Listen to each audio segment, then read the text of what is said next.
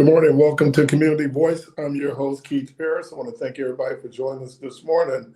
Good morning, Clark Kent. Clark. Oh, I'm sorry. Who you with? Delay. All I know is I'm like Solis. You better not call me fool. She called back. Yeah, I heard.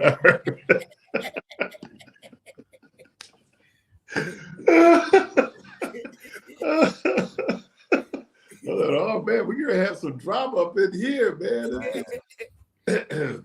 Well, you know, when they ask the question, you have to tell them. So, yeah. What up, right out? Bishop, chairman of the board, superintendent. Guess what? What's that, man? This here has my soul happy. For those of you that are not on YouTube and Facebook, you're missing this drink I have in my hand. This drink here was made by the one and only Miss Kennedy. And yes, thank you. I'm gonna drink this. I'm gonna enjoy myself and have some good barbecue. So once again, tell Miss Kennedy, thank you again. Is Rhonda still there? Huh? Is Rhonda still there? No, Rhonda just left. She dropped these off to me. This is my bottle. Thank you very much. His is already in the freezer. Getting nice and cold. This is my bottle. Yeah, so we would like to thank Thank you and Rhonda and especially Miss Kennedy for the Juneteenth drink. We have now named the drink the WNOV special. Okay. So, yeah. All right. I need 10% when y'all start selling the WNOV special because I came up with the name. Did you hear about the kids that had the lemonade stand and the dude robbed them? No. I think, was it down south? The 10-year-old? Yeah. Robbed. Yeah, man. Have we sunk to all kind of societal lows when you're sticking up a kid's lemonade stand? Yeah. I saw that, man. That was quite disturbing there, brethren. All right. Let's do this. Let's get this out the way so we can have the conversation nobody wants to have.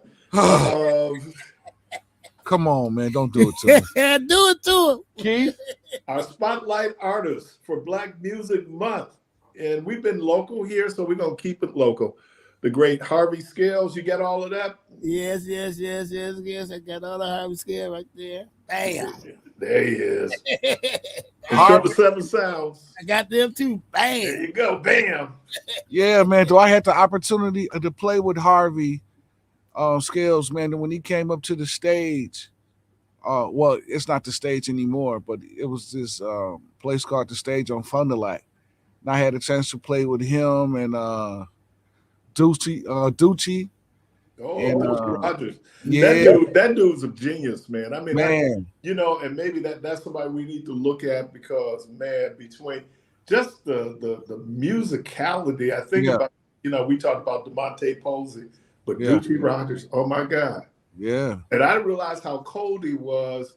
It was the Red Mill East over on Good Hope. Yeah, Good Hope, yeah. And he did Unplugged, man, where he played the acoustical guitar. Yeah. Man, that was incredible. That was incredible. So let's talk about Harvey Scales, born September 27th, 1940. He passed away February 11, 2019. He was an American R&B and soul singer, songwriter, and producer. Scales has been active in the music industry since the 1960s. Of course, that was with Harvey Scales and the Seven Sounds. They used to rehearse over on Wright. I can remember as a kid them rehearsing on Wright. He is particularly notable for co-authorship of the song Love-itis, but this is the one. People still step into this one, Disco Lady. Yeah. That he wrote for Johnny Taylor. And here's the thing, I thought he won a Grammy, but no, Disco Lady was the very first platinum single in the history of the Recording Industries Association of America. That's crazy.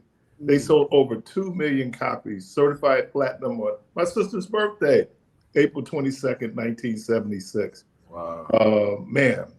I got a chance.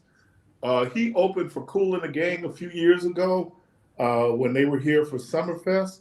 Yeah. But then we were at a conference and they brought him in as entertainment. I don't know if we were down in Lake Geneva. It was one of our food stamp conferences. Man, he rocked the house. So the late, great Harvey Scales, I think his son is performing now, Harvey Scales Jr. Yeah, well, he's actually a rapper. Okay. Yeah, but yeah. So, man, I just, when you just think about the talent, and I'll probably stay local for the whole week in terms of folks here.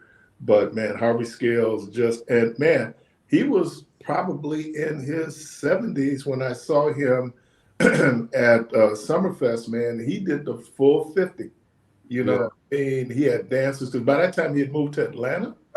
Yeah. Yeah, and man, that was just a great show. Normally those opening acts can be pretty tough, but that's not true because the first time I saw Cigarette Break, they opened for somebody down at Summerfest. So great artist, man. Milwaukee's on. We're very proud. We talked about the Esquires yesterday. I think we talked about DeMonte Posey last week. And so another local legend, Mr. Harvey Scales. And of course, there's Harvey Scales and Seven Sounds. And I think their competing group back there, I think it was the Esquires, obviously. But then there was another group, I talk about them all the time, Vic Pitts and the Cheaters, featuring Mr. Omar Dupree. You can't, that's a stage name, but that's his government name, Omar Dupree. So anyway, all right. Let's see. What do I have, man? We talked about the kids getting jacked, and you all got your red drink. Yeah, man. Yeah. I am excited about that one. I think you're supposed to drink it out of a red cup, too. You see what you started, Jermaine? See what you started? What I start? See right here. Wait, let me read that. So how does it tell you listener get a sample? Of the drink. Of the WNOV drink. Well, you got to put your order in. Once you put your order in, I'll pass it on to Keith, and Keith, create. Oh, okay. Don't do it, Donald Trump. Oh.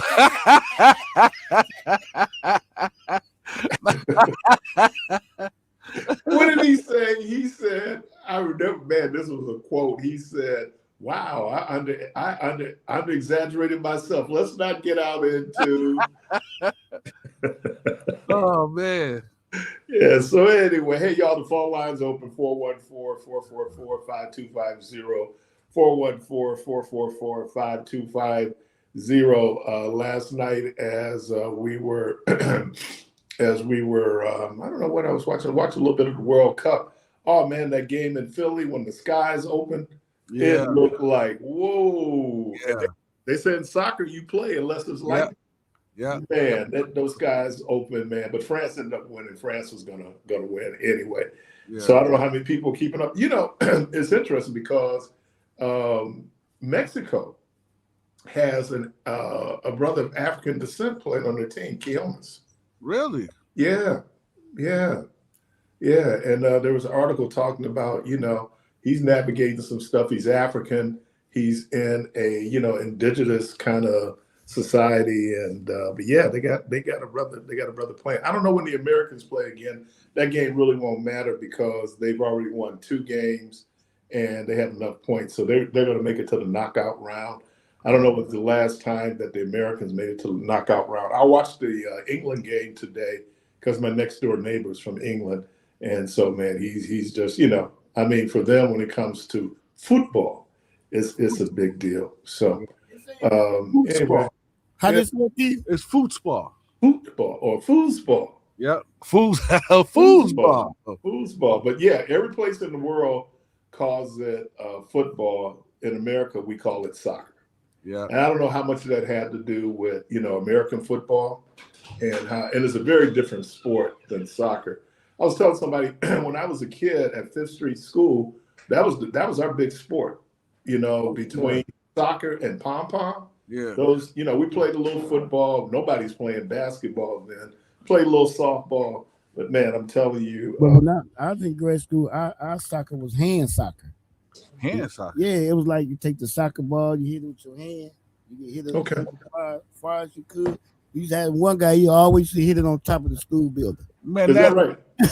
Man, that's time. baseball without a bat. Yeah, they call the hand soccer. That's what they would call it. When I got over there. Yeah, no, man, we were actually, and then we had a, I don't know if he was my third grade teacher, Mr. Sternberg, man. He was a big soccer fan, and he would take us to play against different teams. It was so funny, man. He had this white guy, this white guy, and he talked about his son. He said, "Oh, he's just a white boy." Like, oh man, it's your son, dog. But yeah, really played soccer, man. I loved it. I love Pele. People like Franz Beckenbauer who played in Germany, so good. And Michelle, thank you. That's all Kennedy needs is another militant book. But that's okay. So question, Keith, did y'all ever play rugby? No. So y'all never played rugby? No, but I can tell you that at Mount St. Mary's, rugby was it was a club sport. It wasn't intercollegiate, and that rugby team, man, they were a game. Matter of fact, the only time I ever saw, well, one of the times I saw my good buddy Ron Banks get into it was there was a guy on the rugby team. He was on the track team. They were out training, and the dude knocked him off the road. And so Banks came in the cafeteria, went over, and I can remember the dude's name, Keith Trooper. He made a fatal mistake. He put his finger in Ron Banks's face. And the rest, I never saw like 15 blows done in less than 5 seconds. Like, who hit me? Man, I mean, it looked like something out of a cartoon, man. Banks fired up on him, man. It was like, okay. Yeah, rugby is it's an interesting sport. I mean, it's big.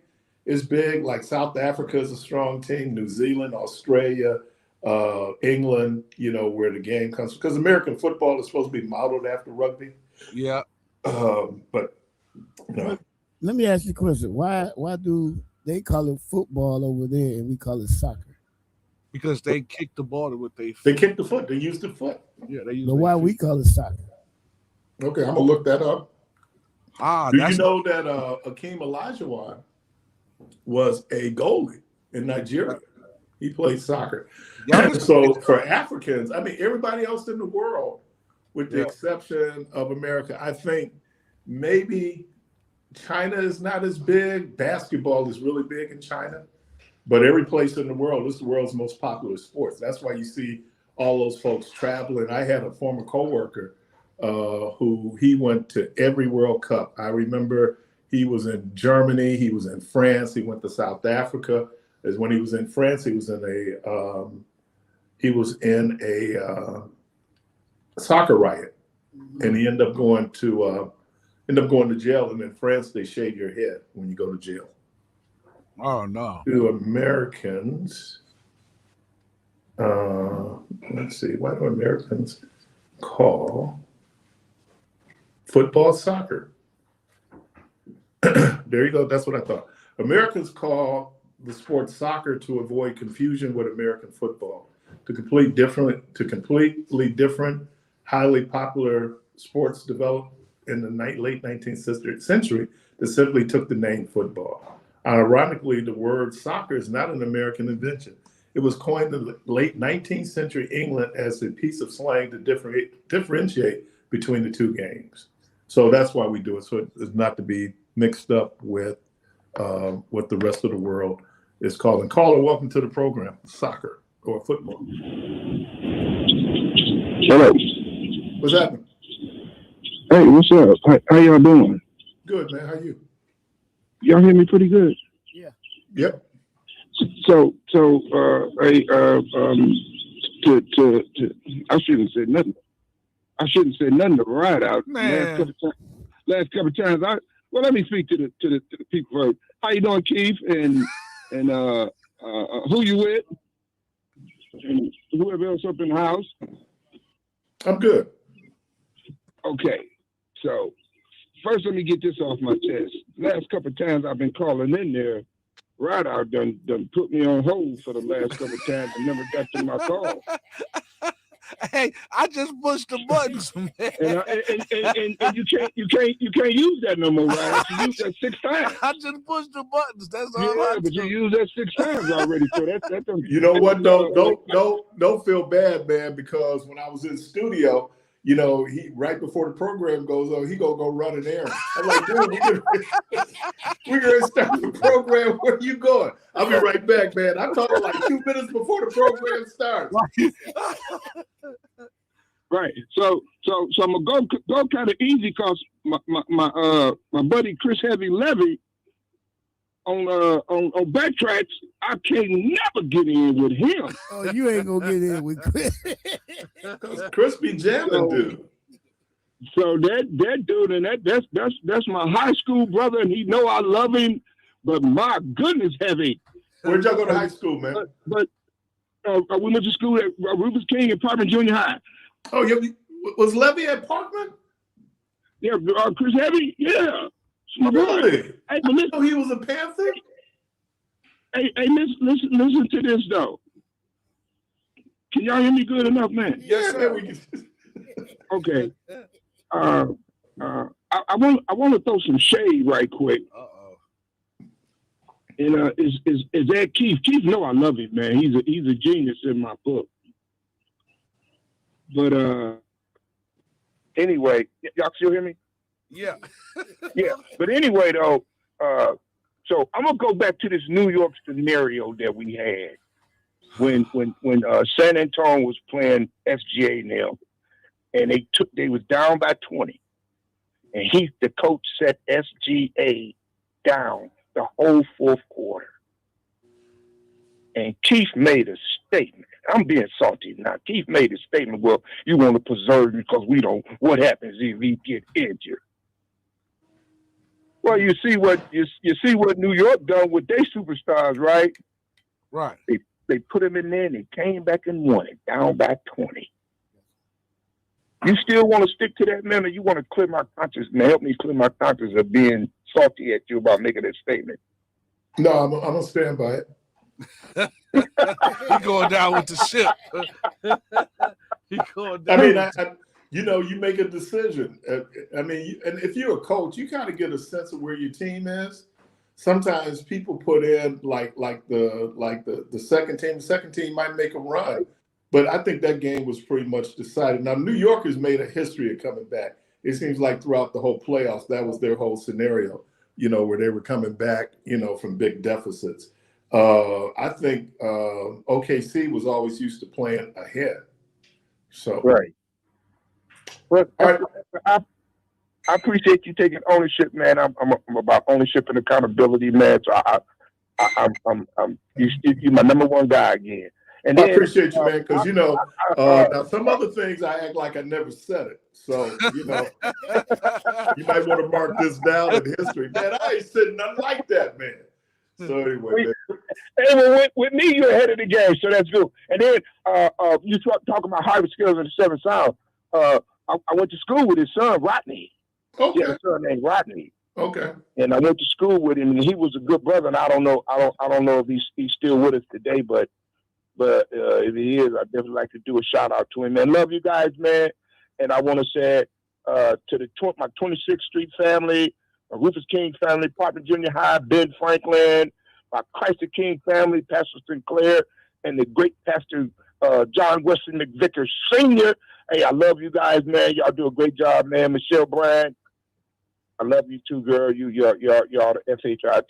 Y'all be well, and y'all keep me out. All right, man. Appreciate you. Hey, you're listening to Community Voice. Again, the phone line's open 414-444-5252. Hey, dude, why you got the applause going when I'm trying to do my little tag? Man? Well, you actually started talking to when the audience was going nuts.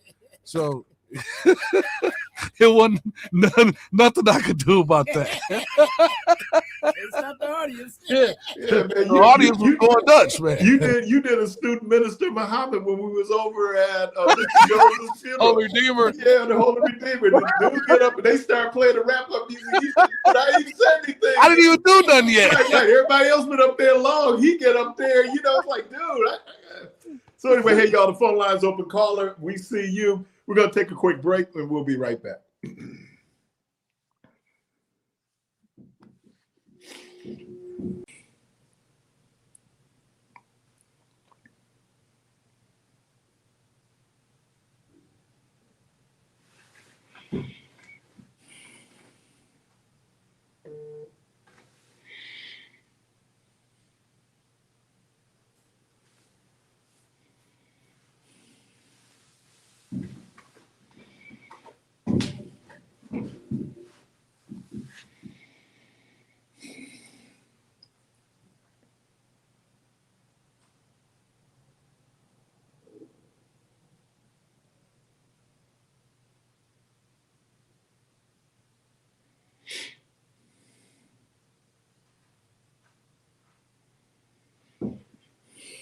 860 AM and 106.5 FM with your host, Keith Parris. All right, welcome back to Community Voice. I have just reached out to my folks down in Miami. So I'll let you know. Man. My sister-in-law just hit me back saying, no, hold on. Is that? No, this is my brother-in-law. Yeah, my brother-in-law just said, not a damn thing. To me, he has no support other than Bam. That's Miami, y'all. Caller, welcome to the program. Good morning. Good morning. Going once. Going twice. You out of there. All right. Me, you, and Clark, Keith. Wait a minute. Whoa. What's this me, you, and Clark? He said, whoa. Pause. Whoa. Like a little rascal. You don't hear the wheels on the bandwagon. What do you mean? Keith, you know, I got something I have to say to you.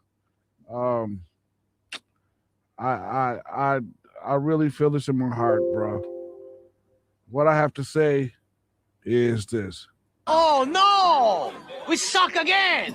Oh no! Well, can I say this? We sucked before he left. Well, we was only sucking because Doc didn't care because Doc knew he was out of there. Doc knew he was out of there. Here's my question. Here's my question. Man. How come we lose Bobby? We don't lose 20. I mean, what's that? Now, I would rather them ship Kyle Kuzma off, but we can't get rid of Kuzma. So I say trade dude for like a Polish sandwich, so we can get him out of there. And I mean, the shooter that they got back, the Yakaspaka, whatever his name is. The long word name, dude. Yakaspaka, whatever his name is. My sister-in-law just hit me back. She says, brother, I don't really know. I stopped watching basketball after the last guy who brought his talents to South LeBron bailed on us. So she was, why is he leaving Milwaukee? You know what? And I just don't know what my sister's doing. She's in St. Louis right now. So I don't know how she's reacting to this news. But look, man, Yannis, I didn't realize, first of all, it's been 13 years. Yeah. And look, man, he's damaged. I mean, I it was great, but the injuries are becoming more and more. Even in that championship run, he got hurt a couple of times. Well, yeah. I mean, get something for him while you can now. And I thought it was interesting that we get Tyler Hero, which is but we ain't gonna keep him. I think they're gonna keep him because I think that he's a draw locally. No, they was saying because he's on an expiring contract. They was actually saying that the Bucks was looking to ship him either to Detroit for Ron Hollins. Who? Ron Hollins. Now he's nice. Ron Hollins is nice. He's a young hooper who can score. Man, you are St. Christopher. You are the saint of lost cause, man. I mean, I don't care. Dude, you are the most hopeful Bucks fan I have ever met in my whole life. I mean, you will always see the rainbow. I mean, listen here, man. I was riding with the Bucks when they had Paul Pressey, Ricky Pierce, Sidney Moncrief, Jeff Grayer, and Jack Sigma as they starting lineup. Okay, Fred Roberts and Brad Lohaus and Paul McKeskey. Like, we sucked back then. No, we didn't. Man, yes, it was just we got whooped by Boston. We got whooped by Philly. Because they were better, man. We sucked. So what? So would you been more comfortable with Jaylen Brown coming from Boston? No. For the simple fact that we'd have been in the same position that we in now. The only reason why I'm at there trading Yannis is because we're in the log jam. So with no draft picks, we don't control our future. They do have a draft pick now. Well, now they got several now. So they got 2 in this draft today. Then they got future. They got the 30, 31 pick swaps and all that other stuff. But we didn't have any draft capital. We didn't have that.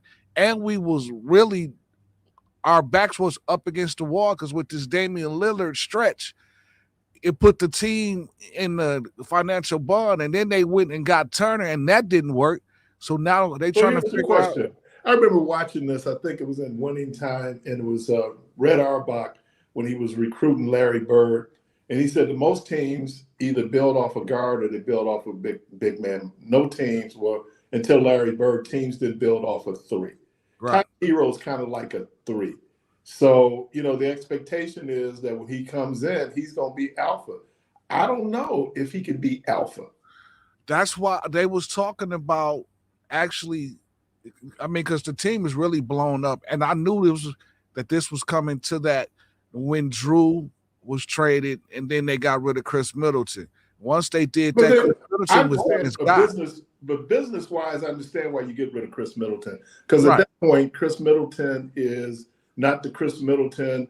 And even during the playoff run, he was not the Chris Middleton that, in his prime. So I can see get something for him. You get a younger player. So on paper, it seems like it's the right move. Kyle Kuzma, on paper, I agree with you. I know you hate him right out.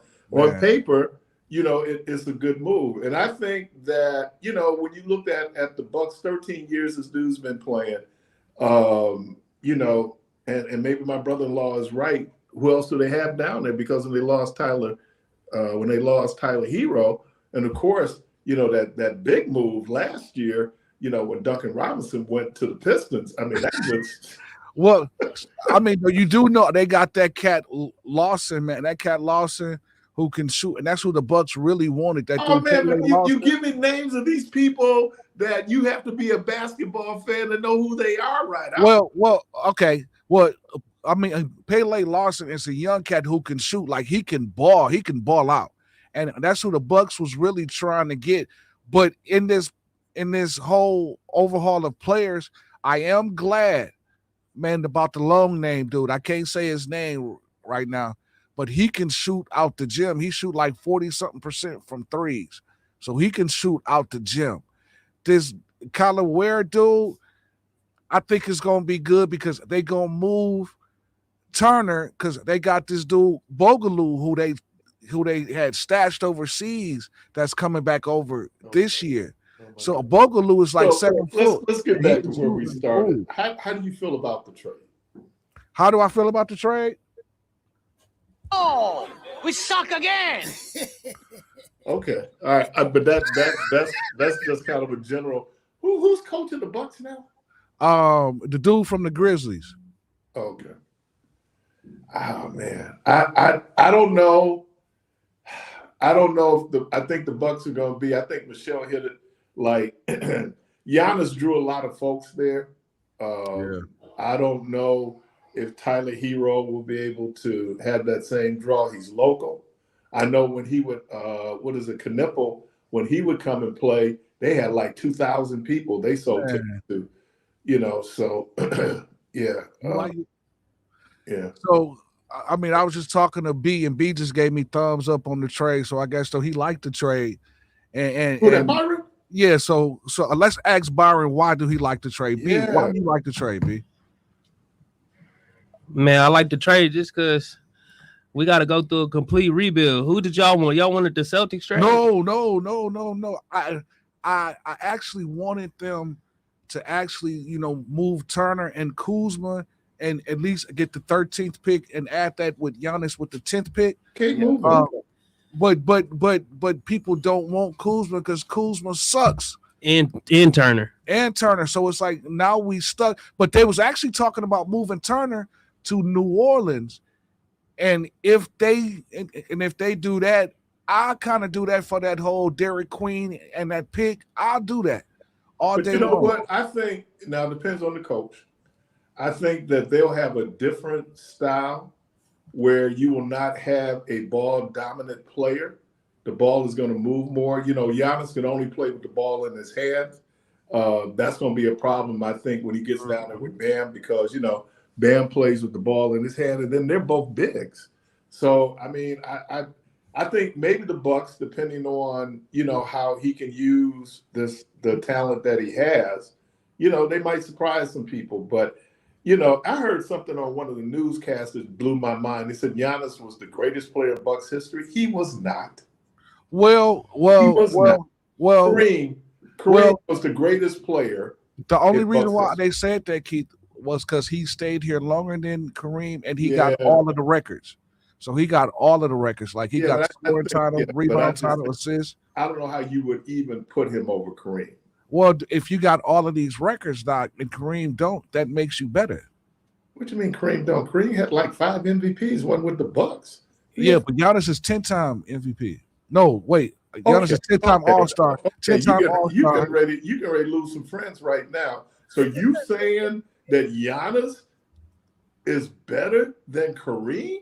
Oh, hold on. As far as his Bucks career, yes. Now as far as overall career is still out in the open, but as far as him being a Buck, Kareem being the Buck and Giannis being the Buck, Giannis is better than Kareem. In 5 years, Kareem took the Bucks to 2 NBA championships in 5 years. Giannis took the Bucks to a championship in 13 years. 10. Well, 10. Well, no, yeah, 10. Yeah. Okay. 10 years. So it's really, I mean, but you got to look at all of the accolades and the scoring titles and the rebound titles and all of that Giannis has. So if Kareem would have stayed here longer, I'm sure he would be the all-time leading scorer for Milwaukee. But since he left and Giannis stayed longer than Kareem, I appreciate, but I'm thinking like if you just look at, I mean, there's no way you even put Giannis near Kareem. Well, and again, when you say individual team accolades, when you look at Giannis team accolades and Kareem team accolades for Milwaukee, Giannis is better. Giannis got more. Giannis beat all of the records. So all the records, man, but then look at in the playoffs what they did. Yeah, I mean, I don't, so let me ask this question. So had Giannis stayed with the Bucks, still have been a contender? Well, you got to put pieces around him. But that's okay. If Giannis would have stayed, based on what you have right now, would they have been a contender? Man, listen, based on what we got right now, the people that we got right now with Kuzma, them cats, we couldn't win the YMCA game. So your answer is no. What? No, because you got to look at the supporting cast. Okay, so your answer is no. Right. Okay. 414-444-5250. He set me up for the Okie Doke beat. He set me up. You can do crickets, man, because it seems like people are almost indifferent to the trade. No, but Keith, you have to look at this though. You looking at the end of Kareem's career, which I understand. Giannis is still playing. No, that's not what I'm looking at. I was only responding to, maybe it could have been better written saying after Kareem, he's probably, and then I would think Oscar Robertson played. I mean, if you just think about players, I mean, and people knew that Giannis was limited. Giannis benefited from having Drew Holiday and Chris Middleton. Wait, yeah, and that is true because he had people that could put the ball in the hole, but you got to look at it. Yannis is the all-time leading scorer, all-time rebounding, the most triple doubles. Thank you for your the most assists, the most double doubles, and he's the all-time. So this is all-time leading. Okay. So when you look at all-time leading, that makes you better. Here's my next question because it came up in one of the clips I was watching. What's going to happen with Finances? It's over. Hey, what happened? What did he say? What's going to happen with Finances? Is Mr. Aaron going to sign him to a contract? Yeah, Thanasis, he's gone. Alex Canupo is gone. No, but I'm asking, will he get a job down in Miami? Of course, he's gonna be the best 19th man off the bench. I don't know, because Yannis said that he don't do nothing without his brother. Like he don't do nothing. So if you want him, you got to get his brothers. No, I don't think that's. No, he said it. Hey, I got a question for y'all. Yeah. Do the Bucks trade down today? I would trade up. No. So I would trade up because you could take the 10 and the 13th pick and trade up to either get the 5th pick. And if you get the 5th pick, then you are really in the. But the 13th pick still has you in the lottery, right? Yeah. The 13th is in the lottery. The 14th is the last pick of the lottery. Well, they're saying that this is the deepest draft. This is one of the deepest drafts they've had in a while. Yeah. So if I could, I would trade up. But looking at what we got back, that long name dude from Miami is a scorcher. Man, he's a scorcher. Wait, hold on. How do you become like Rideout's favorite player? Like to be the most obscure player ever? No. See, I watch basketball a lot. And I know you do. And I watch how this cat torched us. But he was a rookie last year. But you know what you remind me of? You remind me of a music fan and, of a particular group. And like these obscure songs that nobody ever heard. No air. That's on the B-side. Man, it'd be like, it ain't even the B-side. It'd be like the L side. You'd be going like, dude, that was a jam. It's like, no, it was not a jam. Hey, listen, watch what I tell you. If you don't believe me, bring up this guy's stats. And you'll see why the Bucks was actually pushing for him and Pele. Because these guys, I'm telling you, these guys are game changers. These guys torched the Bucks. I mean, they torched the Bucks. And man, when you look at this guy, man, that's why the Bucks were so high on dude. So by having him with Ryan Rollins, I probably wouldn't trade up because you kind of got a young star. Can we get a guard over 6'3"? Is that possible? Yeah, man. They was actually looking at Michael Brown. Now he's 6'5". That cat, Michael Brown. Yeah, he is scorcher. He is. And they said, man, that if the Bucks keep their 13th pick, that's who they picking there. Now, how tall is he? He's 6'5". Okay. 6'5", 6'6". Time. Now, this cat Nate Ament, I don't know about doing. Now, I was watching him in college from Tennessee. Now he looked good at points and times, but he kind of looked kind of raw, man. Yeah, he's not polished. Yeah, but he looked like he got a high ceiling, and that's something that they got to figure out.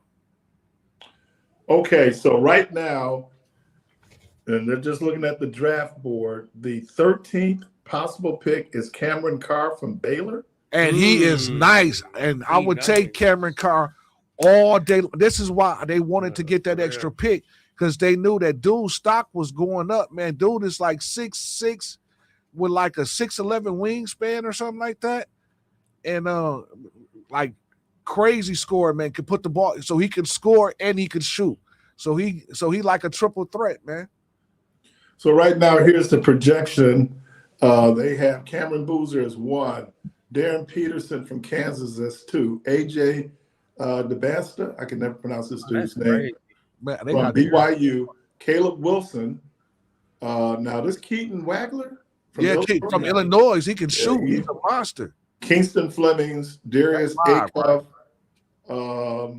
They have 2 guys from Arizona in the lottery. Yeah, Berries. Whatever. Yeah, Berries, Abuka Okori, Stanford, Mikael Brown, Louisville, yeah, Mara, Michigan, Bennett Sturt, They got to have a white dude in it. Iowa, point guard. And then Cameron Carr. They got to have a white dude in it.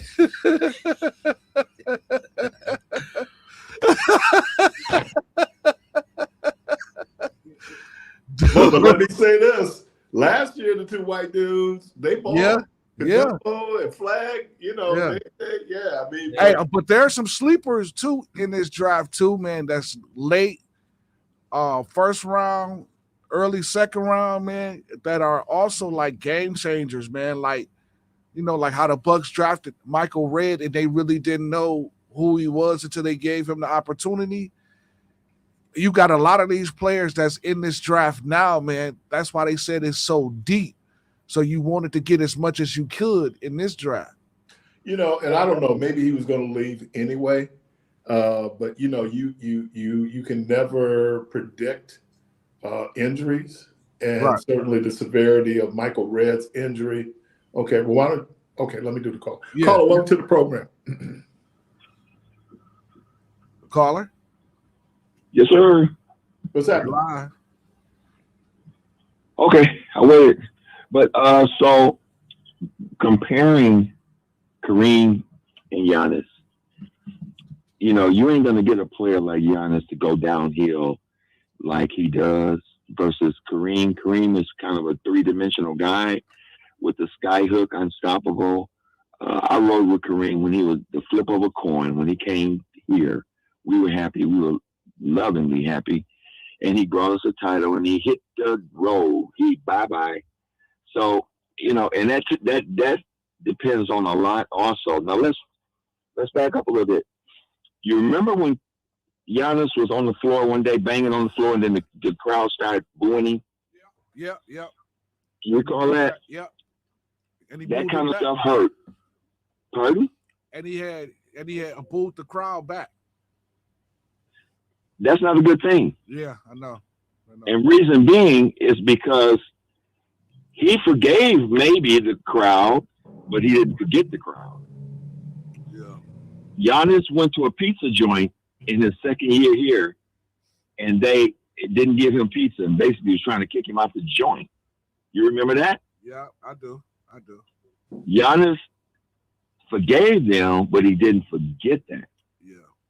Our state is still segregated like it is and all the above. We got these new owners in here that's pretty cutthroat, cut and dry. They ain't the greatest people in the world. But let's talk about Pat Riley. Let's talk about Pat Riley and his ability and his brilliancy to come and send messengers to have conversations with Yannis. Yeah. We never thought about that part. Because he's great at wishing to look at, we're down there. Shaq. Yeah.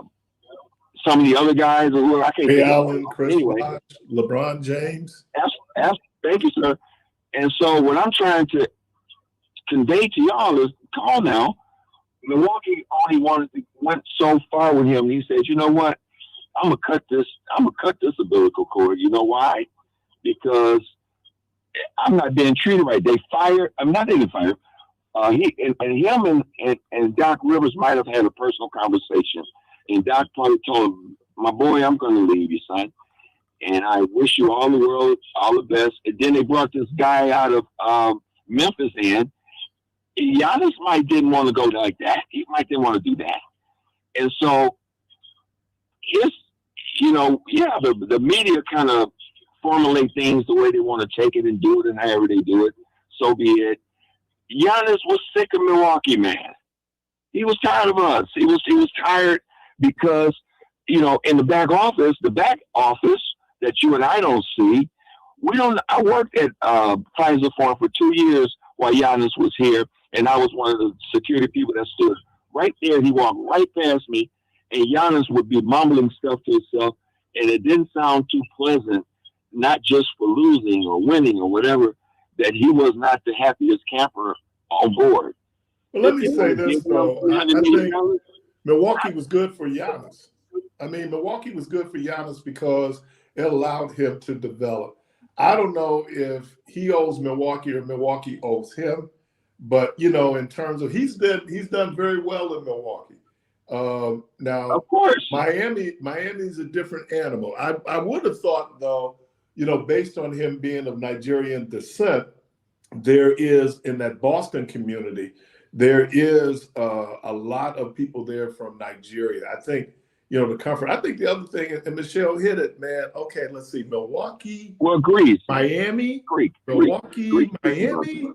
I'm looking. I could do Miami all day long, man. Like if I'm waking up seeing blue skies and palm trees and warm air in the wintertime, hey, goodbye, Milwaukee. What did LeBron say? I'm taking my talents to Miami. Yeah, and my sister-in-law is still salty with him, so for leaving. Yeah. Well, that's just another person's opinion. So I'm just saying, all I'm saying is, hear me out. Milwaukee have this political tendency to go so far with you. I can just speak from a professional standpoint myself. They'll do good with you a few good years, and then they'll start looking at the racial breakdown stuff, and they start doing little weird things to make us say, you know what, you white and I'm black, and you saying that somebody cut the bottom of the White House, that big old thing that got screwed up, got the green water in there, and y'all trying to make it like somebody did that. These idiots hired people that ain't even had the contract before. Okay, I gotta go to break, so I need to ask you. So, do you like the trade or you don't like the trade? I'm happy for Yannis because I'm not comfortable with the way that Milwaukee, Wisconsin do people. That's my point. All right, appreciate you. All right, you listen to Community Voice. Boy, I can't get yes or no's, man. You listen to Community Voice. Caller, I see you. We're going to take a quick break. We'll be right back.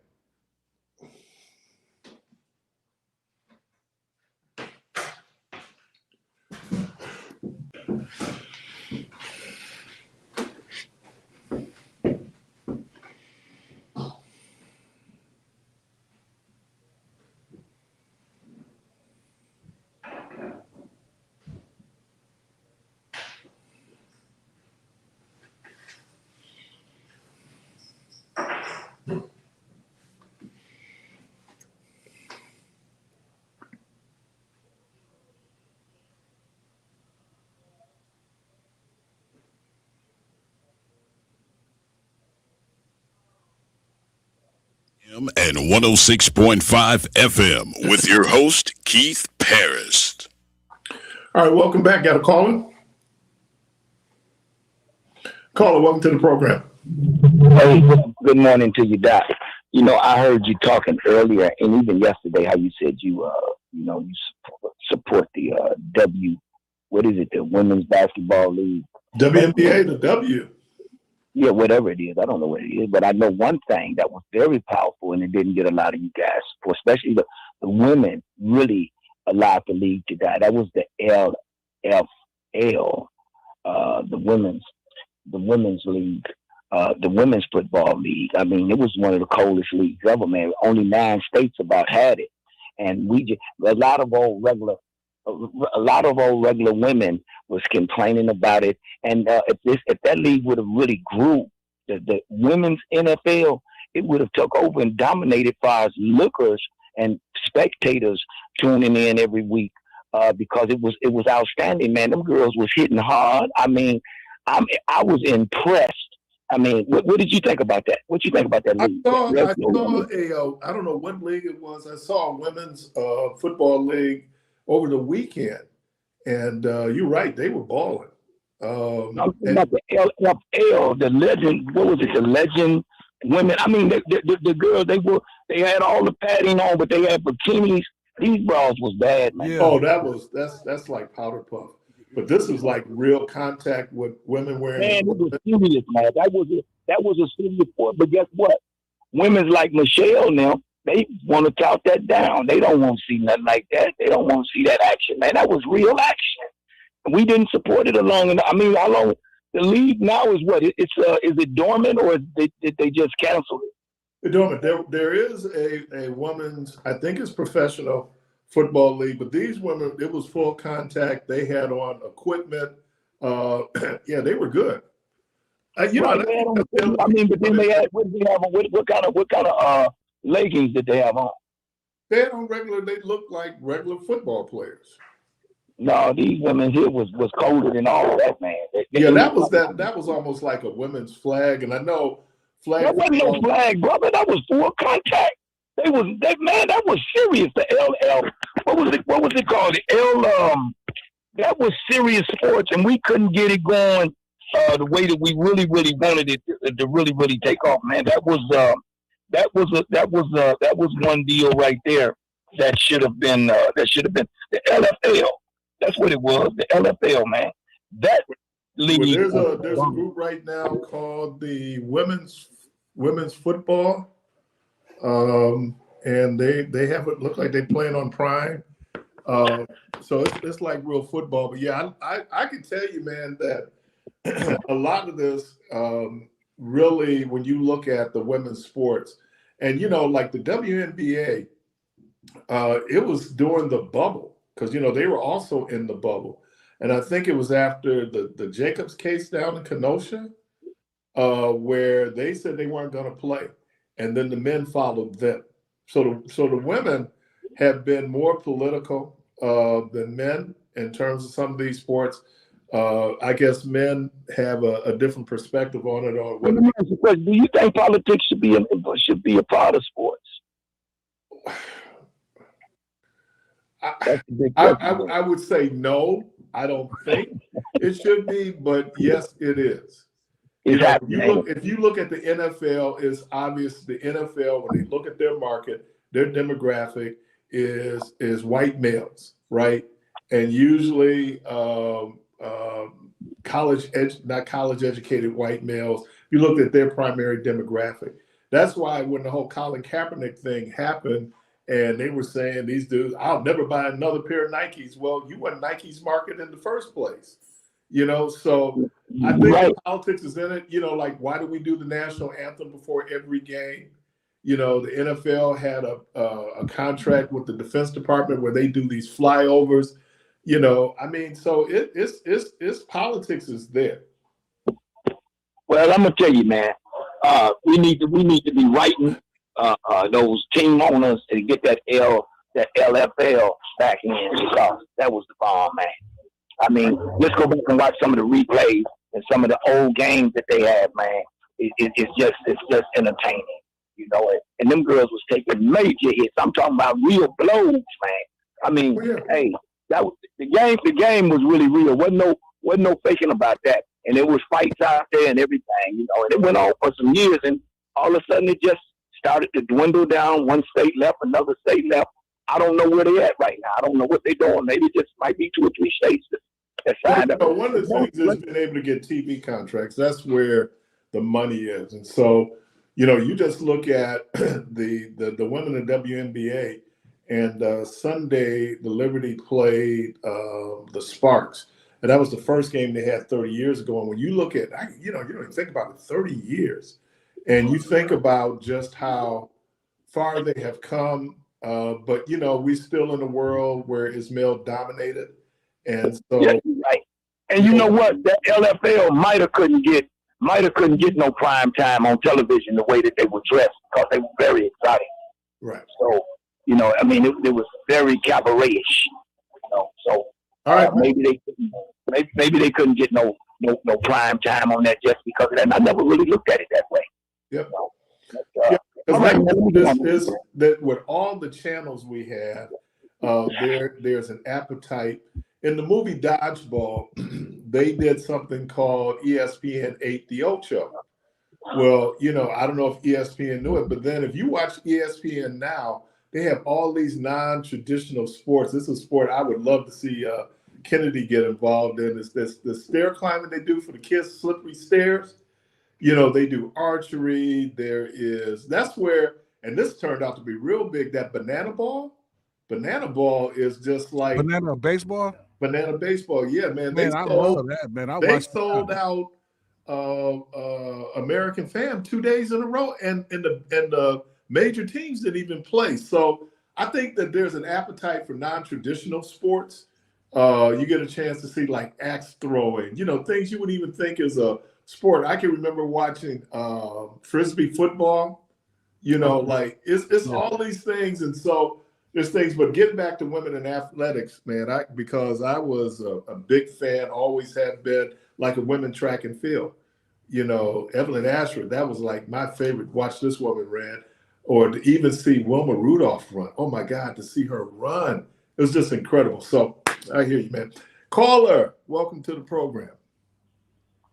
Hey, what's going on, fellas? What's happening? Keith, to you and all the Milwaukee Browns fans, and I said that intentionally because we have an owner from the Cleveland Browns, and they suck because of moves like this. And I just want to point out, I heard somebody talking about the Jaylen Brown possibility. Well, Jaylen Brown played 71 games last year, Keith. He averaged 29 points on nearly 49% shooting. Tyler Hero averaged 20 points, played 33 games, and has been hurt just as much as Yannis and is much younger. And then I've talked to a lot of people about the picks. So we can give the Bucks credit for the development of Yannis to a degree, but for me, most of that was Giannis's unique work ethic. Yeah. That made him be what he was. Yeah. And so, Keith, I want to ask you, Michael Redd was mentioned a minute ago. Between Yannis and Michael Redd, do you remember a Bucks player that had developed to be of the level, not of Yannis, but of anywhere near Jaylen Brown that the Bucks drafted and developed? Yep, I do. Big Dog Robinson, Ray Allen. Who? I'm not talking about a guy who was a superstar in college. That's obvious. I'm talking about that they developed as a player who needed development, and they drafted, and he became an all-star. Michael Redd was the reason I made that. Yeah, outside of between Giannis and Michael Redd. When you think about Michael Redd was on the Redeem team. He made the Olympic team. So Michael Redd was a good ball player. But he became that. But he became that though. Right. He was a good college player, but he wasn't of the level of Ray or Big Dog. Yeah. So I'm talking about a guy who wasn't All-American, but a good player that the Bucks developed. But he made the Olympic team. Yeah, he made that after he played for the Bucks. I'm not disparaging Michael Redd. I'm using Michael Redd as an example of, for the past 30 years, since Paul Pressey and guys like Michael Redd and Ray Allen, the Bucks outside of Giannis have not really drafted very well. I agree with that. Definitely have failed in developing players. Well, wait a minute. Now, I don't know, because we did have this young kid until he got hurt, Marcus Haislip, that we drafted. That was 6'10", 6'11". He was nice, but he ended up getting hurt. Okay. Right. So Marcus Haislip. The reason I'm mentioning this, Jermaine, is because we had a chance to get a guy who has the exact same numbers as Giannis, that if he's unhappy in a year or two, we can do the same thing and trade him and still stay relevant. No. And from the business standpoint, still put a lot of people in the stadium. Why would you do that? Why would you do that? And you're going to be in the same position that you're in now. You're just trading a superstar for a superstar. Well, so when you have to rebuild. So I want to remind you of the Todd Day era when they wore that purple. I remember. They might as well wear that now because they sucked from around that time until Giannis came, right? For about 8-9 years. We suck again. Yeah, but I don't know how many franchises. Miami will probably get the number 20th or lower pick, right? Do y'all agree? But in fairness, how many franchises actually do where you see a player come in and they're allowed to develop? Obviously, LA with Kobe, maybe LA with Magic, and look, they were already cold. But I'm just saying, Chicago with Michael. I mean, it's rare. Most of the time, if you look at Oklahoma City comes to mind for me. The Knicks, their star players, two of their best players, were not drafted by the Knicks. Right. They're either trades or free agents. So it's rare. Right. Yeah, it's rare. what Giannis was able to do in Milwaukee is rare. Yeah, I totally agree. And that's what I'm saying. So when you have something that rare, to think that you're going to with 3 number 20 something picks, because him and Bam will probably make him a contender. Do we agree? Well, no, the people in Miami don't. No, because you got players. First of all, how are you going to be able as far as spacing? Because Bam can't shoot like that. And both players are ball dominant. So if you got Giannis that need the ball, Bam need the ball, you have to put point guards and shooters and scorers around these players. Now, is Miami a great free agency spot? Of course, because the life. And would you want to play? Pat Riley has done this before, right? You know that, right. and he already has Norman Powell. In Florida, is you don't pay state income tax all day. Right, yeah. So if he gets 1 or 2 more, he'll probably get Kevin Porter Jr. to come, because the Bucks foolishly have not paid him. I think he made $6 million. While he number got 20 makes $13. I think he's getting what he should be getting. Yeah, he's a hand grenade. He's too inconsistent. He has to have the ball to play. He's not that strong on defense. So I mean, he's a $6 million man. Yeah, I agree. I mean, I just think number 20 the reality is that. Man. Come on, man. Leave AJ alone. I got to get him now. AJ ain't did nothing, man. Yeah, Kevin Porter is averaging about 17 points a game. Yeah, and usually you make more than $6 million for that alone. Well, one, he's actually on his comeback tour because he was out of the league, and the Bucks kind of gave him a chance because he was on the Clippers, and the Clippers had him stashed away. So he was sitting on the bench, and the Bucks took a chance on him by trading for him. And the Clippers traded Shea Gilgeous-Alexander and 20 draft picks. The Clippers is probably not an example of a great franchise. Clippers ain't a good example. Well, I was only but what I did want to say is that outside of Magic, Larry, Tim Duncan, Kobe, and Curry, most players move on.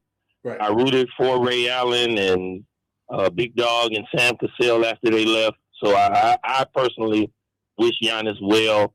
I hope Miami puts together a good team, but I do really mean it that the Ala and the Lee Mayberry days are back again.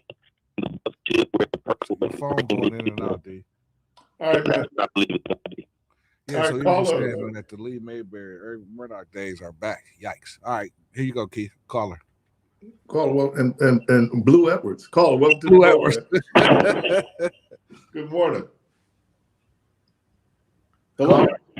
Good morning. Good morning. I was just calling to say good morning. Hi, Keith. How you feeling?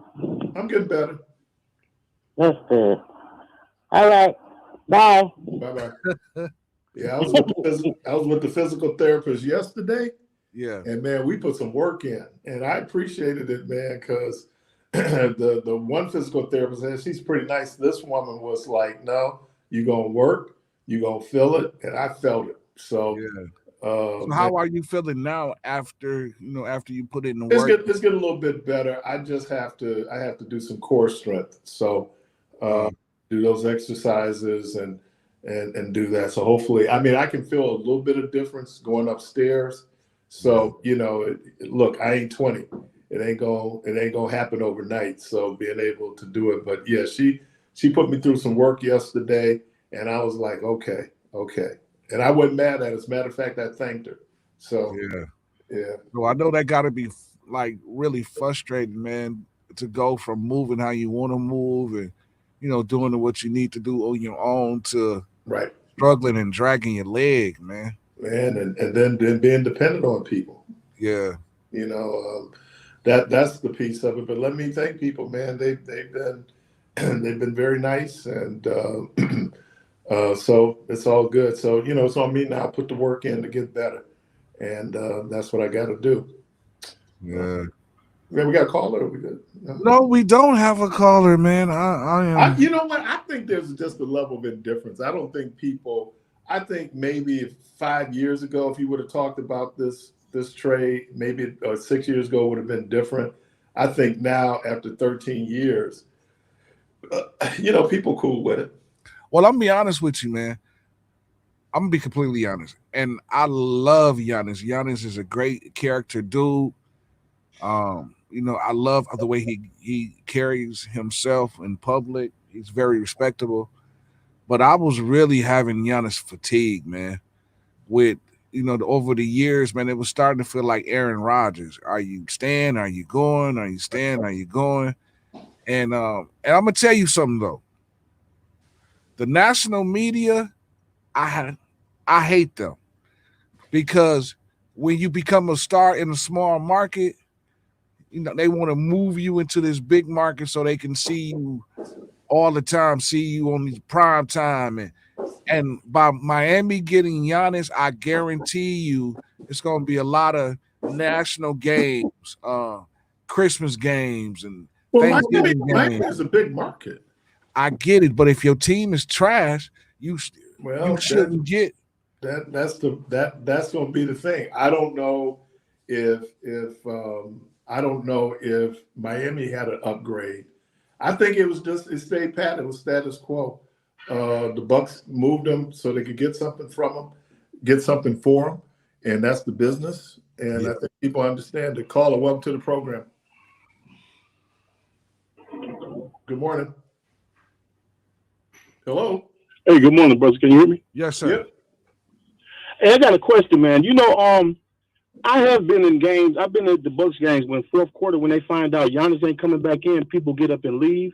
Yeah. Do you really think these tickets might go down? Because that will be cool. More people can watch the game and enjoy themselves. Yeah. All right, brothers. Yeah, tickets will go down. I remember the Bradley Center days, bro, sitting floor-size seats for $30, $40, sitting on the floor, man. And that's how cheap it was, man, because we didn't have nobody. Like you said, we had players like Blue Edwards. We had players was good, though. Now, Blue was good. Unfortunately, that team didn't work, so we ended up so I think it was Ellis and Blue Edwards that was on the squad at the same time. Or did they trade Monte Ellis? Or did they trade Blue Edwards for Monte Ellis? Monte Ellis came from Golden State. And we got Monte Ellis because they were developing Klay Thompson and Stephen Curry. So we still had Blue Edwards, right? Blue was here, yeah, but Blue had been in the league because I think Blue had started off. He played with Utah. Yeah. Yeah, so Blue was nice. Blue was a nice piece. It's just I think the other thing is, man, I don't think people always appreciate how difficult it is to win an NBA championship. I think at the beginning of every year, everybody believes we're going to be in the NBA championship. But I'll go back to where we were in 21. I said, if I would have asked you last year at the beginning of the season, because the season really didn't start until I'm trying to remember, they were out the bubble. So nobody had predicted the Bucks going to the NBA championship. Right. Even in Milwaukee, there was no, but things line up. I think things lined up for New York this year. Where they're able to, New York ends up playing against a relatively young, a very young team, right? Their guys have been in the league. Their veterans is lining up. The Bucks came through where, they were able to make that little run. But, it's hard building an NBA championship. And then, they're already trying to, and I understand the New York folks haven't had a championship in 53 years. So, they talk about dynasty. No, because OKC is still strong and San Antonio is up and coming, so, maybe New York will come out and then Boston, because Boston will be healthy.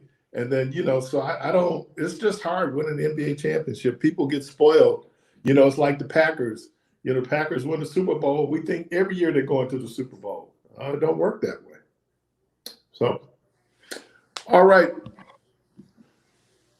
Got a caller? Yes, sir. Caller, welcome to the program. Hey, good morning. Do you have us on speakerphone? Good. What's that? You know who they should have done in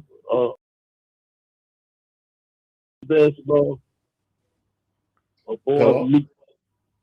Avoid Meat should be down there playing basketball. He said avoid Meat should be down there playing basketball.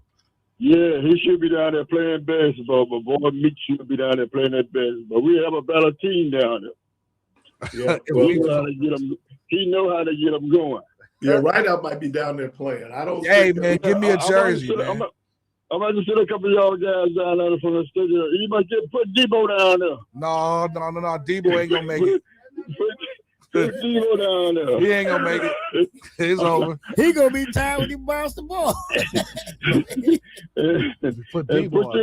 Put your little lady girl down there. She talk good. Put her down there running it. I think y'all make a good comeback. But you know that. But you know, right out in the corner before brings up a good point. Y'all pretty good stuff. What are the Bucks? What's the Bucks season ticket sales? Yeah. Listen to me good. I'm kind of proud they got rid of Yannis down there, but he was trying to take over Milwaukee, man. He got to kind of slow down there. We had to get him up out of here before he get hurt down there. You know. See, but if it wasn't for Yannis, though, wait. But if it wasn't, okay, go ahead. The Bucks already hurt down there. They already hurt down there. Yannis going down there trying to run the thing. He can't run things down there. We got to let him know who the boss down there. When Doc River told him to sit down on that bench over there, he should have shut over there and shut his mouth. Wait. He tried to tell the doctors what to do. No. He tried to tell the doctors what to do. Doctor said he could play. He wanted to play. He put a shot in his mouth and sit on over there. Because he can't run things in Wisconsin. Yeah, but the reason why they weren't playing him because they were going to move him. And the last thing you want to happen is he get hurt. It's him getting injured, and then you can't move him. And you have to look at the Pfizer Forum is really there because of Yannis. The Deer District is there because of Yannis. All that stuff that's been built down there is because of Yannis' revenue. Yes, it is. No, sir. No, sir. No, sir. No, sir. Man, look at with money, man. Listen. Yannis made a little money to get Yannis, but them people already had money. No, sir. That's why that's why before Yannis came, we didn't have no development going on down there. We had the Bradley Center. The seats was like you was sitting in the high school auditorium, and before the Bradley Center, you had the Mecca, and the Mecca was worse. So when Yannis came, and when they drafted Yannis, and Yannis started, hooping and bringing more people and butts to the seats, that's how they was able to build. It was also changing ownership. They were going to get it. They were going to get it.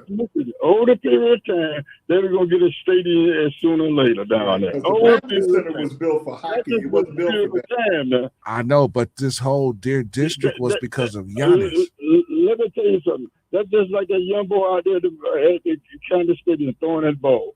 You think you're going to stay out there and throw that ball out there? Jacobson?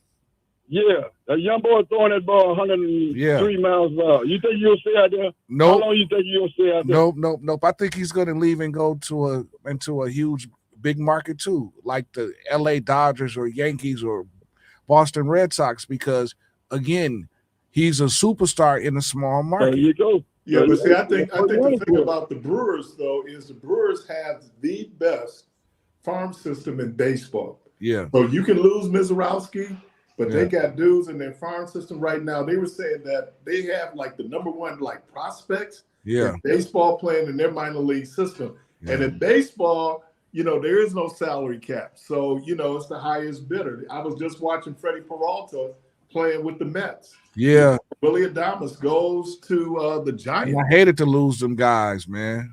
I hated to lose them. How long replay, what you call a replay beat in baseball? And they said it would never come in baseball. Yeah, I think they actually now arguing over like salary caps and things like that. Yeah, and look, the players union really don't want a salary cap. The owners don't want it because look, if I'm a free agent, I can go and make. You looking at Alex Rodriguez, the money he made, Bobby Bonilla. In July we do Bobby Bonilla Day. He's still getting paid, but the problem is these small market teams. You develop. You look at the Florida Marlins. They won 1-2 World Series, and then I'm getting rid of everybody. Yeah, because they couldn't afford to pay him. Yeah, they couldn't pay him. It was time for my boy to just move on. It was just time for him to move on. We can't get mad with him. We be just happy he stayed this long with us. It was just time for him to move on out downtown. Yeah. You know, right now, the only thing I hope for Yannis that he don't go out there in LA. I mean, out there in Miami and get in trouble with them pretty girls out there. You know, we kept him up on us to control him because we have some ugly girls on the beach him. But he go on down there with the pretty girls on the beach, he might get in a little trouble. He got to keep his head clean down there. That's Dwayne Wade. Right. I'll talk to y'all later. All right. You listen to Community. That's Dwayne Wade. Yeah, so when he got drafted, I'm going like, "Whoa, bye-bye, Mrs. Wade." He knew what time it was. He was like, "Well, yeah, I moved buddy. from my old house, and I moved from my old man." What did Michelle say? Upgrade. You're listening to Community. Right. We're gonna take a quick break. We'll be right back.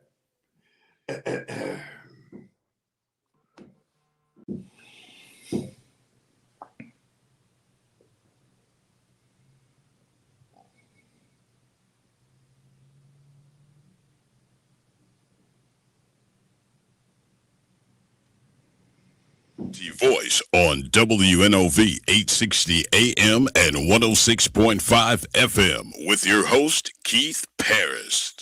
All right, welcome back. And again, the phone line is open 414-444-5250, 414-444-5250. Yeah, I don't, and he was talking about the Brewers. And they have a couple of players, man, that Contreras, obviously Mizorowski. I mean, they're strong. Now, I don't know how deep they go. I think they were in the National League Championship game series last year. But the Dodgers was built for the playoffs. When you just look at and again, that's money. Now, sometimes you get a team out there where money didn't build it. And like those old Marlins, I'm trying to think. The Diamondbacks, though, they brought in a lot of free agents when they beat the Yankees in the early 2000s. Yeah. But if you look at it, Boston spent so much money finally to get over the hump to start winning World Series. So talent matters, certainly on the pro level. Talent matters on the college level. Experience matters in terms of when you look at people out there and their ability to play. I just wonder though what the Bucks season ticket sales going to look like. I'll tell you one thing, man.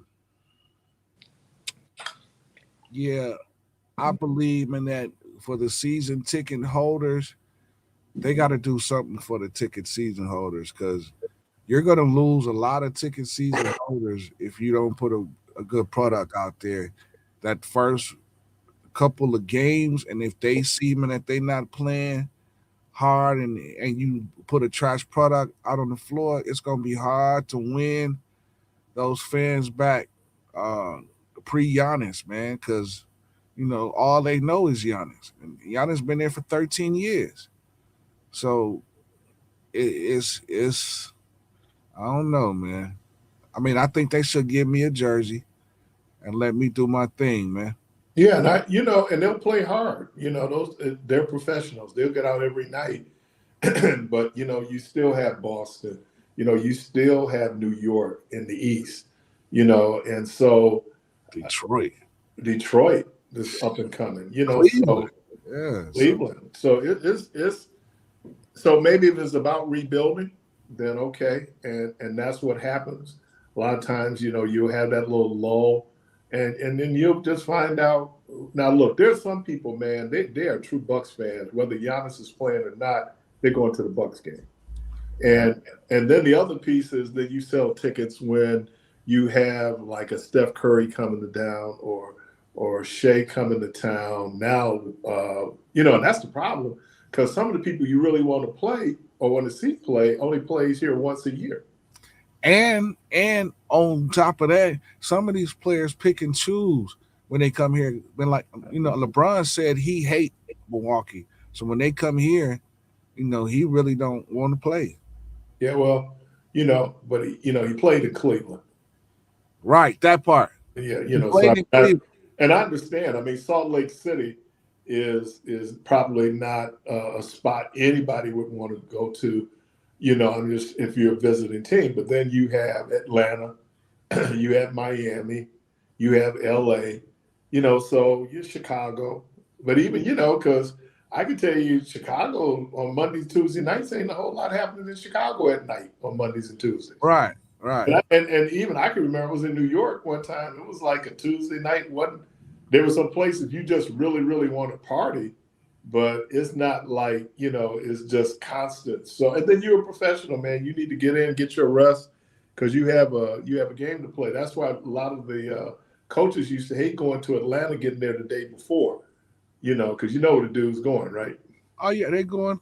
Yeah, they get the wings, man. They need the wings. They're going for the wings. That's like tractor trailer, man. It used to trip me out because I'll see the Bucks playing in like New Jersey or Minnesota or something. And I turn to my left and tractor trailer be out on the dance floor dancing at Rooters. I'm like, wait, what happened? But that was part of his downfall, man. Like, Jerry Ice Reynolds. Same dude, yeah. There's a story where the Bucks had a game out of town. They come back, and he down there partying at Victor's, and that's where Don Nelson used to hang out. Yeah, he walked right up on him. Jason Caffey was another one. Yeah, Scott Williams. Who? Scott Williams. Yeah, there's some dudes, man. And look, man, you in your 20s. Come on, man. You're not gonna be Kobe. All I do is eat, breathe basketball. Like these dudes, like, no, there's. I was watching the thing. Everything is Earth, Wind, and Fire now after Questlove's documentary, and Larry Dunn was talking about how when they first started touring, they were in 3 station wagons, right? And they said you do a show, and then by the time the show is open, nothing is open. He said, so you hope when you got back to the, okay, my brother-in-law just said, they remind me of when, they remind me of the Dolphins bringing Malik Willis in, and they don't have nobody to block for him. Pretty much. Yeah, pretty much. And then they signed out, my family got mad at me, man, when they signed Greg Odom. I was going like, dude can't walk. Yeah, Greg, now, if Greg Odom would have stayed healthy, he probably would have been one of the greatest centers in the NBA. Yeah, he was amazing. We can say the same thing about Sam Bowie. No, Sam Bowie was trash out the gate, though. No, he was good. He was good. I remember watching Sam Bowie. No, he wasn't that good, though, Keith. Come on, man. No, he was good, man. Man, he played like Tom Chambers, man. Wasn't he the number 2 pick? He shouldn't have been. Well, that's what I'm saying. Who was the number 1 pick in that draft? Elijah Wan. Come on. Elijah, right. So you got Elijah Wan, then they went with Sam Bowie, and then Jordan was after that. Right. And look, and that was still during the era where you always went big first. If you play pickup game on you always gonna go for height. And I actually found that to be not good sometimes because you'll get out there, you got a tall guy with all these accessories on, like, oh, he can hoop, and you get him on the team and he got cement in the shoes. He can't run, he can't jump. Just a waste of height. Tall for nothing. Right. Just tall for nothing. And for a lot of dudes, they may or may not really want to play basketball, but because they were tall, people say you should play. Yeah. That's a lot. That's the truth right there, because there are a lot that don't really like it. You might see them play for a couple of years or about 5 years, and that's it. They're goofy on their feet. They just. But you know what? The late Jewel Curry's son, was it Justin? When he came in, because his dad was like a great tennis player at King. So when he came in, I said, "Where'd you play ball?" He said, "Dude, I was a tennis player." And he was like 6'7", 6'8". Yeah. So I think people get out of. And speaking of which, so what do y'all think about Serena coming back to play at Wimbledon? I think 44. She's 44. I was gonna say I think Father Time is undefeated. I think in her mind she think that she still got the endurance and the speed and the agility to make it happen. But when you step out there and you realize when your body is not on the same page as your mind. Yep. Because I'll never forget this, man.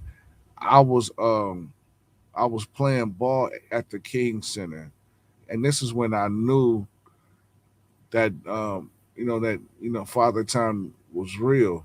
Because in my mind, and this is the honest to God truth, in my mind, I was going up for a layup, like I'm going full speed for a layup. But in reality, Doc, I was falling to the ground. I ain't lying, man. I was falling to the ground. You missed the layup. And no, my knees gave out. I went to go up. And in my mind, I was falling. And so that's when I knew Father Time was taking his course and I needed a knee brace because I stayed. Well, it'll be. I know she's going in as what they call them, like a wild card pick. Wild card, yeah. But she had gotten right before she retired. She went to 2 finals. Yeah, losing in the finals because didn't she lose to Osaka one year? The young lady from Japan. Yeah, and she lost before. But yeah, man. But you know what? But if you get out, you ain't got nothing to lose. You know, I mean, it ain't like she needs the money. So. Well, you have somebody says Shaq's ex-wife said that the women in Miami are totally different, very aggressive. They don't play. He better be humble and grounded. Well, I think Yannis is the type of dude, from what I've seen and known over the years, he don't operate in the spotlight. So like as far as him going out to the clubs and hanging out like that, he's more of a family man and would rather be with his wife. Kind of like Damian Lillard. Have he ever went out any clubs? No. Well, it ain't no clubs here. I mean, yeah. So nah, Giannis has never, and he just, he's more like, he would rather go home, with his wife and chicken nuggets at Chick-fil-A, and slushies and stuff like that, man. That's the type. Yeah, well, I'm just saying, but when you have a different exposure. Hey, can I ask both of y'all a question? What gonna happen to their store now? Yeah. The store is gonna always be up and running because it's revenue. That's money. So he's gonna sell more now that he's gone. Yeah, but I think at some point they're gonna close it because it was basically their gear, right? And a lot of it was like his Bucks. Yeah, but Giannis' father is buried here, right? So really, for him to have a store here, it makes sense. Hold on, it says, so does that hold true for you? Right out, you better leave DJ alone. Hey man, DJ don't want to see me, man. That was back then when I realized. So now I got my knee brace. I'm ready to go, man. I'm out here like RoboCop, man. I got all the accessories. I'm ready to go. DJ played me too, man, and I'm gonna keep calling him out. He didn't want to see this pressure, man. I was ready for him at Juneteenth, man. I had my ball and everything, man. We got to get a portable basketball. Hey, Clark. See, when this Negro came down there, did he look like he was gonna be playing ball that day? No, I had on Jordan. I had on Jordan. I saw you, man. You were not dressed to play ball that day, whether you had your ball in the car or not. Look, what y'all don't realize, man, I had on like the starting uniforms that you rip off. Right, running in from the side. Hey, Clark, he looking like those old pimps from the old days with those silk drawers hanging out the gym trunks, right? And those knee-high silk socks. Right, starting at point guard, and you right. Got his bib drawers hanging out his shorts. DJ show up all smooth with his glasses on, like, yeah, I'm here. I said, man, come on, man. The protege, dog. He got a brand. Yeah, I see. He got a brand, man. I'm gonna go down the street, get them little boys' court, and say that them sit it right here. Listen, I promise you, we need to do one of these things and we put it in the parking lot and we just play up to 7. We gotta clean the parking lot because we want to slide. About man, too many rocks. Okay, so yeah, put it in the street. You know, maybe a WNOV can have like a block party or something. We can block the streets off, put the court, and me and DJ play up to 7. No, you know what y'all could do? What's that? Y'all can do a free throw contest. It's over.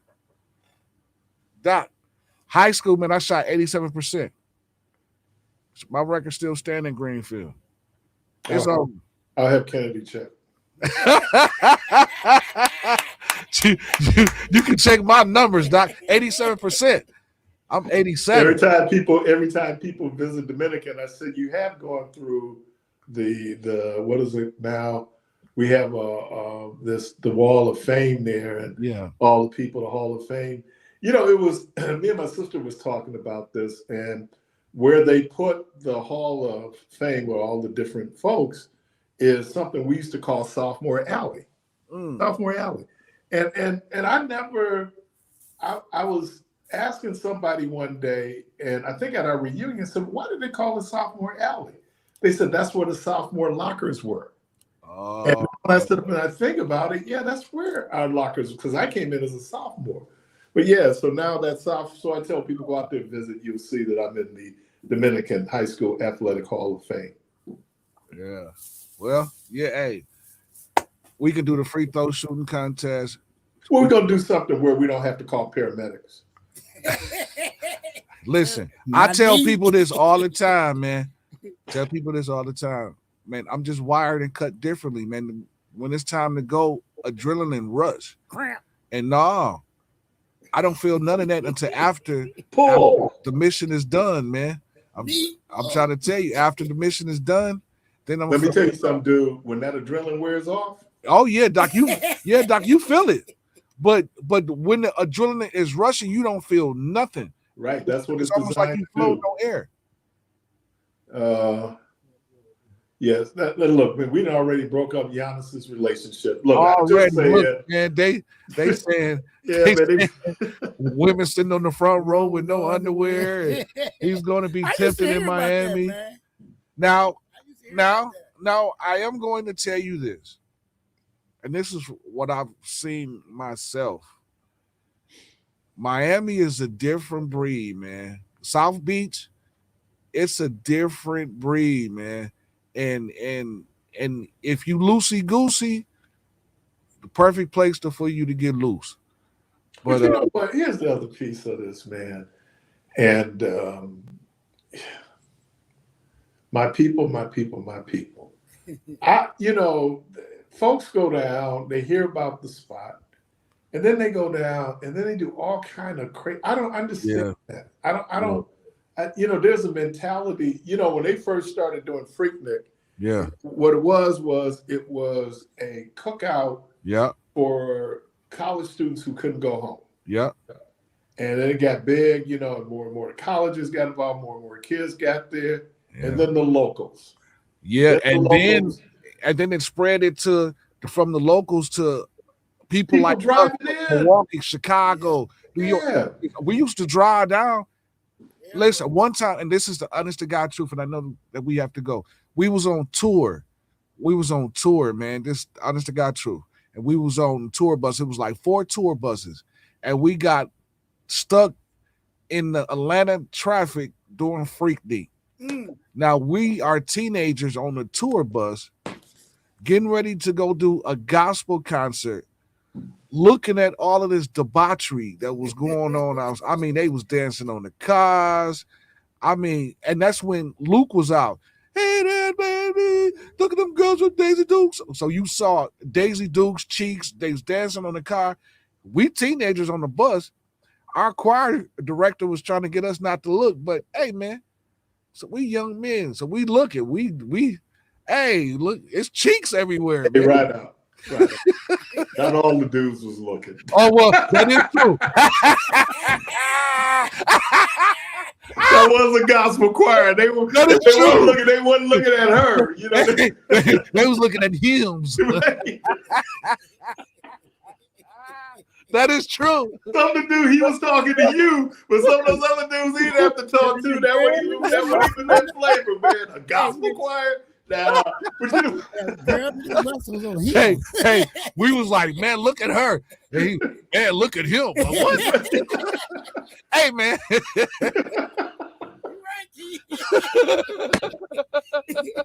This guy was up and he was preaching and he was saying that, you know, you got the alto and she in love with the tenor. You got this, you know, and he said, and the tenor's in love with the other tenor. I was like, oh. Yeah. That's what's happening.